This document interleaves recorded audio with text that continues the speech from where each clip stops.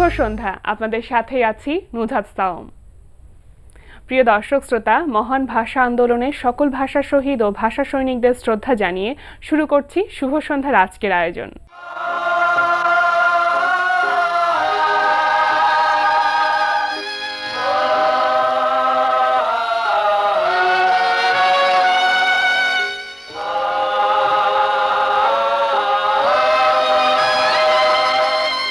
আজ শুভ সন্ধ্যা থাকছে আগামীকাল ঢাকায় এনটিভি হাইলাইটস এবং কবি ও কথা সাহিত্যিক সোয়াইব জিবরানের সঙ্গে আলাপচারিতা। প্রথমেই আগামীকাল ঢাকায়।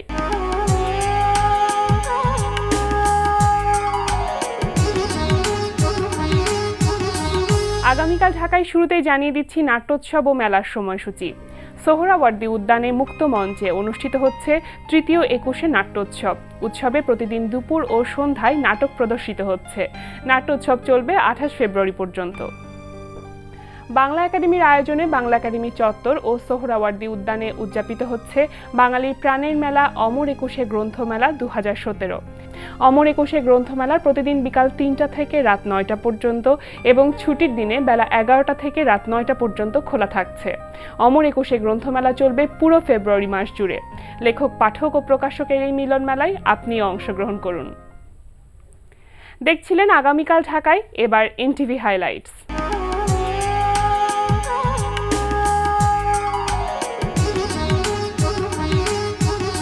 এবার জেনে নিন কি কি থাকছে এনটিভির রাতের অনুষ্ঠান মালায়। সন্ধ্যা ৬টা ৪৫ দেখবেন মোহাম্মদ নুরুজ্জামানের প্রযোজনায় চলচ্চিত্রের গান নিয়ে অনুষ্ঠান রূপালী পর্দার গান।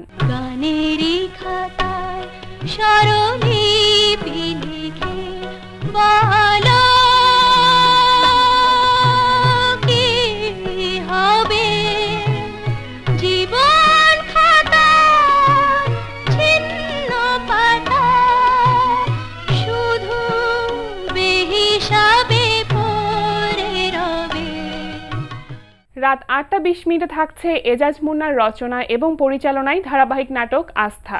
আচ্ছা, এখন কি তুমি আমাকে এসব বলবে নাকি একটু মেন্টাল সাপোর্ট দেবে? আচ্ছা, আমি কেন তোমাকে মেন্টাল সাপোর্ট দিব? তুমি এতদিন যাকে মেন্টাল সাপোর্ট দিয়ে এসেছো তাকে বলো সাপোর্ট দিতে, সে তোমার পাশে থাকুক। ও তো চাই, আমি তো চাই। আমি তোমাদের বলেছি, অফিসেও বলেছি, ওর সাথে আমার কোনো সম্পর্ক নেই। ওর সাথে আমি যতটুকু করেছি সবই কাজ আদায় করার জন্য। রাত ৯টায় প্রচার হবে ওয়াহিদুল ইসলাম শুভ্রর পরিচালনায় রান্না প্রতিযোগিতামূলক অনুষ্ঠান রূপচাঁদা the daily star super chef ২০১৭।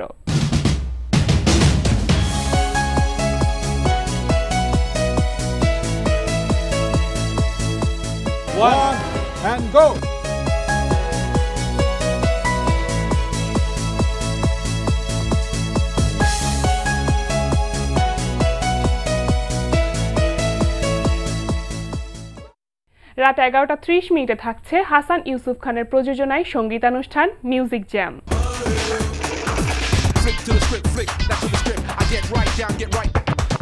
রাত ১২টা ১০ থাকছে টক শো এই সময়।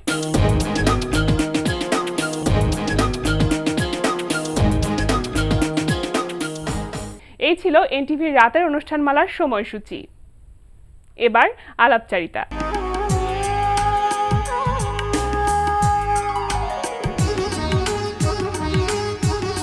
বাংলা একাডেমি চত্বর ও সোহরাওয়ার্দী উদ্যানে উদযাপিত হচ্ছে লেখক, পাঠক ও প্রকাশকের মিলন মেলা অমর ২১শে গ্রন্থমেলা ২০১৭। প্রিয় দর্শক, আমাদের আজকের অতিথি কবি ও কথা সাহিত্যিক সোয়াইব জিবরান। চলুন কথা বলি তার সঙ্গে। শুভ সন্ধ্যা, কেমন আছেন? ভালো আছেন নুজহাত। অনেক ভালো লাগছে আজকে আপনাকে পেয়ে, বিশেষ করে ভাষার মাস, তারপরে আবার অমর ২১শে গ্রন্থমেলা চলছে এবং অবশ্যই আপনার গ্রন্থ তো প্রকাশিত হয়েছে এবারের বইমেলায়, তো যাওয়া হয়েছে নিশ্চয়ই। কেমন লাগছে সবকিছু মিলে এবারের বইমেলা? বইমেলা গিয়েছে এবার অনেকবারই যাওয়া হয়েছে, তো বইগুলো বাজারে এসেছে, আমার যেতে হয়েছে। পাঠকের আগ্রহ থাকে, তারা চায় যে লেখক থাকুক সামনে, চান তারা যাওয়া হয়। বইমেলা অনেক বড় আকার হয়েছে, অনেক কিছু হয়েছে, ভালো লেগেছে। মন্দও আছে। মন্দ হচ্ছে যে এবার বইমেলায় বসার বা আড্ডা দেওয়ার জায়গা রাখা হয় না। আর ভালো হচ্ছে বইমেলায় আবার বাড়তি শব্দ নেই, খেলনার দোকান নেই, এগুলো হয়নি এবার। কিন্তু আমাদের লেখকদের জায়গাটা কমে আসছে। নিরাপত্তা বেশি হওয়ার কারণে যেটা হচ্ছে আমরা একটুখানি নিজেরাও একটুখানি মনে হচ্ছে যে মানে ঠিক আগের মতো খোলামেলা পরিবেশটা নাই আর কি এখন মনে হচ্ছে আর কি। আচ্ছা, যেহেতু লেখক পাঠক প্রকাশকের মিলন মেলা অবশ্যই ভালো লাগারই একটা জায়গা, তো নিজে থেকে কি কি বই সংগ্রহ করেছেন এবারে?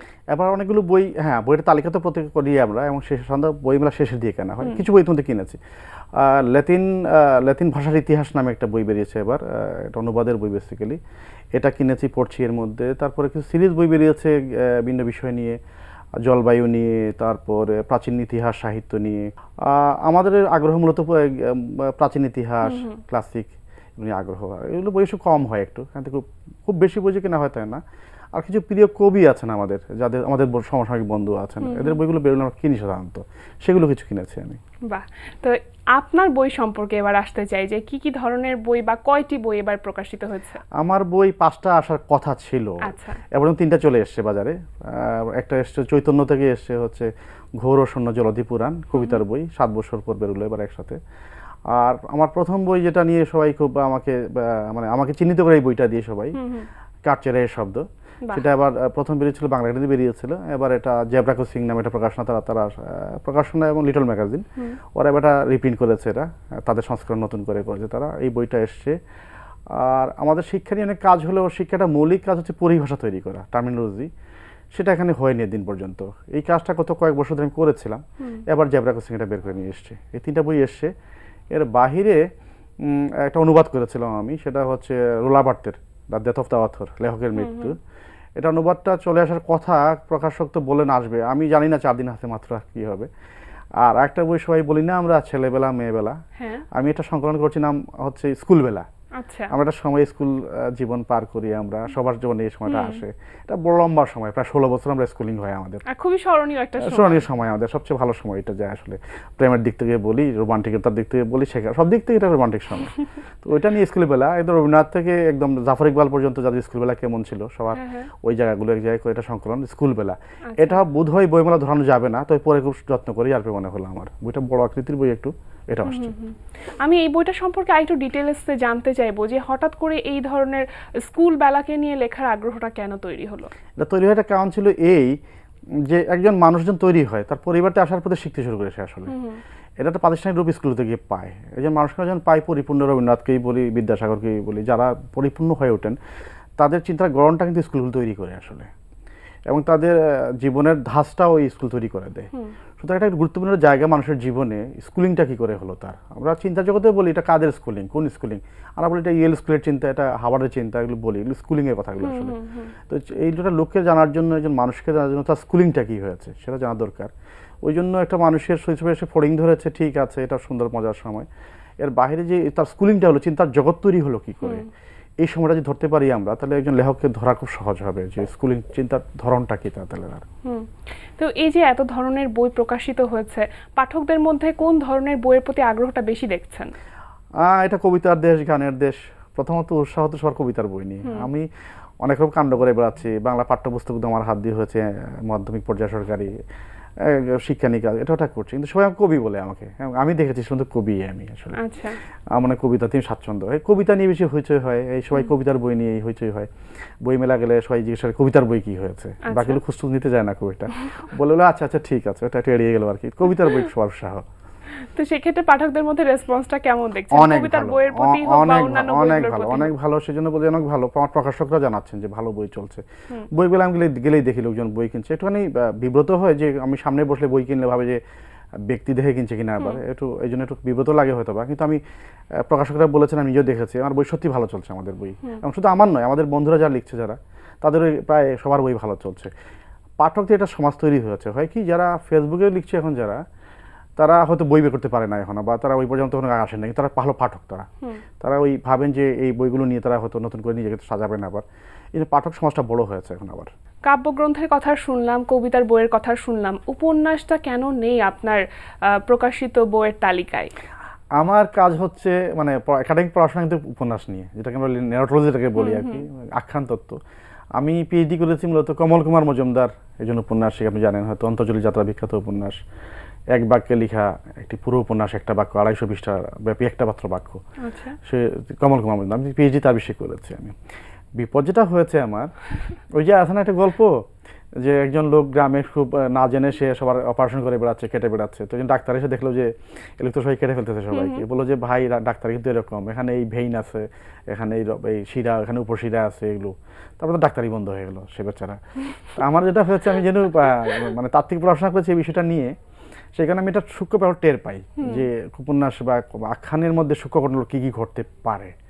এই জন্য হয় কি, মানে খুব সহজেই আমি খুব ফ্লুয়েন্টলি লিখতে পারি না উপন্যাসটা। হ্যাঁ, তবে আমি একটা উপন্যাস লিখছি, মানে নবী সুলাইমান অথবা তাহার জীবন নামে একটা বই নাম লিখছি। এটা একটু অটোবায়োগ্রাফি, এবং আমাদের নবী সুলাইমান ছিলেন যাকে অল টেস্টামেন্ট যার বর্ণনা দেওয়া আছে, ওই টেস্টামেন্টের বর্ণনাটাকে আমি নিয়ে বর্তমান সময়ে আমাদের সময়টা যাপন করাকে নিয়ে এটা লেখা দাঁড় করাচ্ছি। অটোবায়োগ্রাফি বলতে পারেন, আবার হিস্ট্রিকে নেওয়ার চিন্তা করা হয়েছে। বেশ সময় নিয়ে কাজটা করছি, মোটামুটি একটা পান্ডু দাঁড় করিয়ে ফেলেছি। আমার ধারণা আমি বইগুলো ধরাই ফেলতে পারবো হয়তো বা। আচ্ছা, তো লেখালেখি কি সাধারণত প্রকাশিত যে গ্রন্থগুলো সেগুলো কি বইমেলাকে কেন্দ্র করেই কাজ করা হয়, নাকি লেখালেখিটা সারা বছর চলতে থাকে? তা হয় না, তা হয় না। আমরা ধরেন, আমার কিন্তু এই কবিতার বইটা 7 বছর পর হলো এবার। আচ্ছা, অনেকগুলো দিন বই পড়িনি আসলে। আমরা ভাবি যে কিছু লিখলেই, হ্যাঁ দেওয়ার জায়গা আছে, ফেসবুক আছে, আমাদের ব্লগগুলো আছে, দিয়ে খুব দ্রুত দিতে পারি আমরা। এখানে রেসপন্স, এগুলো অস্থায়ী জিনিস, এই পোস্টটা থাকবে না, এই লেখাটা মুছে যাবে, এগুলো থাকে। যখন প্রিন্টেড হয়ে যাবে ব্যাপারটা খুব সিরিয়াস, কারণ প্রিন্টেড লেখাটা যতদিন পর্যন্ত পৃথিবীতে অক্ষর থাকবে, বই থাকবে, এটা থাকবে। সো এই দাগটা রাখার আগে অনেকবার চিন্তা করতে হয়, যেটা আমি দিব কিনা প্রকাশনাতে, আমি অনেক সাফারক করে যাবে কিনা। সো এরকম করা হয় না আসলে। আমরা যখন প্রস্তুতি নেই, ভাবি, অনেক কিছু কাটচাট করি, তারপর কাজটা করি। এটা খুব, বই ব্যাপারটা তো ছেলেখেলা করে করি না আসলে, যেটা ফেসবুকে যেটা করছি বা ব্লগে যেটা করছি, এটা একটু চিন্তা অনেক চিন্তা ভাবনার একটা ফসল। এটা মানুষের হাতে তুলে দিচ্ছি, স্থায়ী জিনিস তুলে দিচ্ছি। এবার অমর একুশে গ্রন্থমেলায় প্রায় 3000 বই প্রকাশিত হয়েছে। তার মধ্যে আসলে মানসম্মত বইয়ের সংখ্যা কেমন? সবগুলো বই কি মানসম্মত বই হচ্ছে কেমন? এই ব্যাপারে এটা নুজহাত একটা বিষয় হলো কি, ইতিহাসের সাথে আলাদা করতে পারবেন না এটাকে। পূর্ববঙ্গের বাঙালি মুসলমান যাদেরকে বলি আমরা, এদের লেখাপড়া কিন্তু 2 পুরুষ 3 পুরুষের সর্বোচ্চ, মানে 47 পরে হয়তো এটা লেখাপড়া দিকে শুরু হয়েছে আসলে পূর্ববঙ্গের জায়গাটা। কৃষিভিত্তিক সমাজ তো সময় লাগলো। এখানে খুব সহসাই কিন্তু আপনি মানের জায়গাটা আসতে পারবেন না, এটা জাতিগত কারণে সময় লাগবে একটুখানি, জায়গা তৈরি করতে সময় লাগবে। 100 বছরের হয়নি এখানকার পড়াশোনার সময়টা। দেশভাগের কারণে আমার এখানে অনেক কিছু উলটপালট হয়েছে, অনেকগুলো এই যে শূন্যস্থান তৈরি হচ্ছে, সময় এইগুলো ভর্তি হতে সময় লাগবে একটুখানি। আমরা যে খুব খারাপ লিখছি এমন না, এর মধ্যে ভালো তৈরি হচ্ছে। হ্যাঁ, তবে যেটা হচ্ছে, কবিতা খুব ভালো হচ্ছে এখানে, তো প্রবন্ধে একটু সমস্যা হচ্ছে। প্রবন্ধের জন্য যে পরিমাণ তার পড়াশোনার জগৎ থাকা দরকার, থাকা দরকার, সেটা হয়তো একটুখানি এখনো ঠিক কি বলবো, ওই মাপে হয়তো আসে না, কিন্তু একটু হয়তো বা আছে, কিন্তু ভালো অনেকে লিখছেন তাও। কিন্তু কবিতায় অনেক কিছু হচ্ছে, কবিতা, সৃজনশীল সাহিত্য খুব ভালো কাজ হচ্ছে। আচ্ছা, তরুণরা কেমন লিখছে?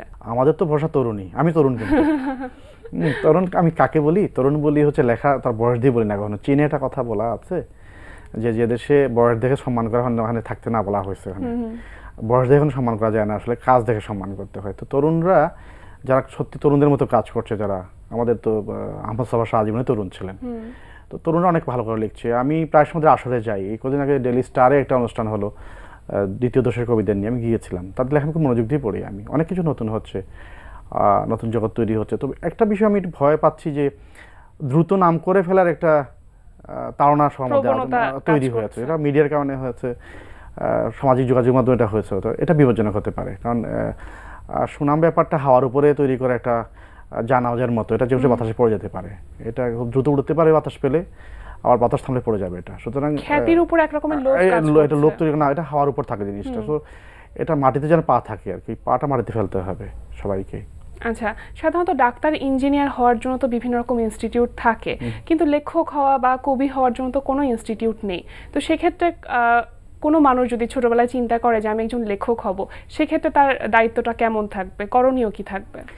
প্রথমত হচ্ছে লেখালেখি ব্যাপারটা হচ্ছে একদম জন্মগত ঘটনা, এটা প্রথমত তার চিন্তার জগৎটা হয়তো। কিন্তু হ্যাঁ, ফর্মের যে ব্যাপারটা আমরা তো শেখাতে পারি যে এটা কীভাবে লেখা যায়, কিন্তু চিন্তার জগৎটা তার নিজস্বই। হ্যাঁ, আর তো পড়ার ব্যাপার, আসলে পড়ে পড়ে হবে এটা। আর পড়াশোনা করিয়ে ঠিক যে লেখক বানানো যায় এমন বোধ হয় না, তবে আছে। ইউরোপে ক্রিয়েটিভ রাইটিং অনেকগুলো স্কুলিং আছে, আমাদের এখানে হয়েছে। আমাদের বাংলা একাডেমি তরুণ লেখক প্রকল্প করেছিল এক সময়, এটা নিয়ে অনেক হাসি ঠাট্টা হয়েছে, কিন্তু আমরা ওই প্রকল্প প্রথম থেকেই ছিলাম আমরা। এটা হলো কি এটা অনেক স্কুলিং হয় আবার, কিন্তু এই জায়গাটা হয়, এটা হয়েছে। এমনি কিছু কিছু স্কুল মাঝে মধ্যে হয়, কিছু কিছু পত্রিকা ওই যে লেখাজোখার স্কুল কোচিং ইয়ে করে, স্কুলিং মাঝে মধ্যে কিছু ওয়ার্কশপ করে, তারা এগুলো হয়। তো এগুলো লেখক তৈরি করা যাবে না আসলে, লেখক নিজেতেই তৈরি হতে হয়, কেউ কাউকে বানিয়ে লেখক বানাতে, নিজেকে তৈরি গড়ে ওঠার ব্যাপার। নিজেরা পড়াশোনা করলে, আর সবচেয়ে বড় শিক্ষক, বড় মাস্টার, বড় সব কিছু হচ্ছে জীবন। আসলে জীবনকে যাপন করা, চারপাশকে দেখা, পড়া, এই নিজেতেই তৈরি হয় কবি সত্তা, আসলে লেখক সত্তা। এটা ঠিক পড়িয়ে কাউকে করা যাবে না। এর সাথে প্রাসঙ্গিক একটা প্রশ্ন আমি করতে চাই যে লেখালেখি কি আসলেও কি পেশা হিসেবে নেওয়া কতটুকু যুক্তিযুক্ত? পেশা হিসাবে নেওয়া মতো জায়গা বাংলাদেশে এখনো বোধহয় হয়নি। হয়েছে হচ্ছে উপন্যাসের ক্ষেত্রে হয়েছে, সেটা বিপদ। আর একটা বিপদ হচ্ছে যে আমাদের পাঠক শ্রেণী এখনো এতটা বুদ্ধিবৃত্তিক জগতের না, অনেকটাই এখনো তারা এটাকে মানে এক ধরনের বিনোদন হিসেবে চিন্তা করেন, হয়তো এটা উপন্যাস পড়ে বিনোদন পেলাম কিনা ভাবেন। সেটা থেকে কেউ যদি বিনোদনধর্মী লেখা লিখতে চান তারা, তাহলে তিনি হয়তো এটাকে পেশা নিতে পারবেন, নিয়েছেন, হুমায়ুন আহমেদ নিয়েছেন, এটা অনেকে নিয়েছেন হয়তো।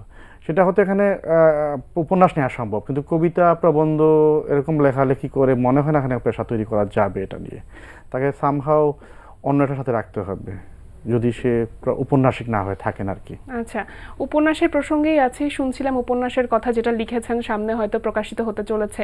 উপন্যাস ছাড়া আর কি কি বই আমরা সামনে পেতে যাচ্ছি আপনার, একদম সংক্ষেপে শুনবো। সেটা হচ্ছে সামনে কিছু বই আমি এই মুহূর্তে করছি, হচ্ছে এটা অনুবাদের কাজটা যেটা বললাম। আমাদের এখানে এখন প্যাডাগজিটাকে বলি আমরা, শিক্ষাতত্ত্ব, এটা নিয়ে অনেকগুলো নতুন বিষয় শুরু হয়েছে অলরেডি, অনেকগুলো বিষয় চালু হয়েছে। এটা জগন্নাথে এবার চালু হলো, রাজশাহী বিশ্বতে চালু হয়েছে, চট্টগ্রাম চালু হয়েছে, কিন্তু বইপত্র তৈরি হয় নাই। প্রথম কাজ হচ্ছে দুটো কাজ করা, শিক্ষা দর্শনের একটা জিনিস তৈরি করা প্রথম কাজ, এটা বেসিক কিছু বই লেখা এটা নিয়ে। তো বাঙালি চিন্তা দর্শন, শিক্ষা চিন্তা দর্শন, একটা বই লেখার চিন্তা করছি আমি।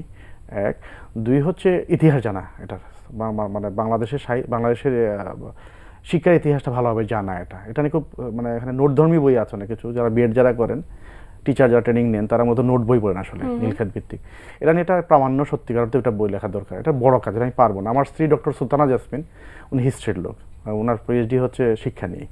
ওনার সাথে বসে আমি এটা ছকে গেছি, আমরা দুজন মিলে একটা বই করতে পারে কিনা, বাংলা শিক্ষার ইতিহাস নামে একটা ইতিহাসের বই তৈরি করতে পারে কিনা। 1 বছরে হয়তো হবে না, এটা আরও সময় লাগবে হয়তো বা। এই দুটো কাজ এই মুহূর্তে একাডেমিক দুটো কাজ হাতে আছে। একটা উপন্যাস লেখার চিন্তা করছি, দেখি এটা আমি এখন বিষয়বস্তু নিয়ে বলবো না হয়তো বা, চিন্তা করছি। আর আমি কিছু গল্প লিখেছি অলরেডি, গল্প না ঠিক স্মৃতিকথামূলক লেখা, কালের খেয়ায় বেশি বেরিয়েছিল এগুলো, সেগুলোকে গুছিয়ে ভাবছি এটা জিনিস লেখা তৈরি করবো, যেগুলো ঠিক পরে আপনাকে ঠিক গল্প মনে হবে না, কবিতা মনে হবে না। এটা মানে আমরা বুঝতে পারছি যে সামনে আরো অনেক চমক অপেক্ষা করছে, সেটার জন্য আমরা অপেক্ষায় থাকলাম। অনেক ধন্যবাদ, আজকে আমাদের এই আয়োজনে এসেছেন, সময় দিয়েছেন, অনেক ভালো থাকবেন। নজরত, আপনাকে ধন্যবাদ, এনটিভি কর্তৃপক্ষকে ধন্যবাদ, এবং আমার সাথে যারা এতক্ষণ ছিলেন টেলিভিশনের সামনে তাদেরকে ধন্যবাদ। প্রিয় দর্শক, কথায় কথায় আমরাও চলে এসেছি অনুষ্ঠানের শেষ প্রান্তে। আমাদের সঙ্গে যোগাযোগের ঠিকানা প্রযোজক শুভ সন্ধ্যা, এনটিভি বিএসসি ভবন, 7ম তলা, 102 কাজী নজরুল ইসলাম অ্যাভিনিউ, কারণ বাজার, ঢাকা 1215। আমাদের ইমেল অ্যাড্রেস shubhosondha@ntvbd.com। প্রিয় দর্শক, এনটিভিতে সম্প্রচারিত সংবাদ অন্যান্য সকল অনুষ্ঠান দেখতে লগ ইন করুন www.ntvbd.com-এ। সবার মঙ্গল কামনায় আজকের মতো এখানেই শেষ করছি। শুভ সন্ধ্যা।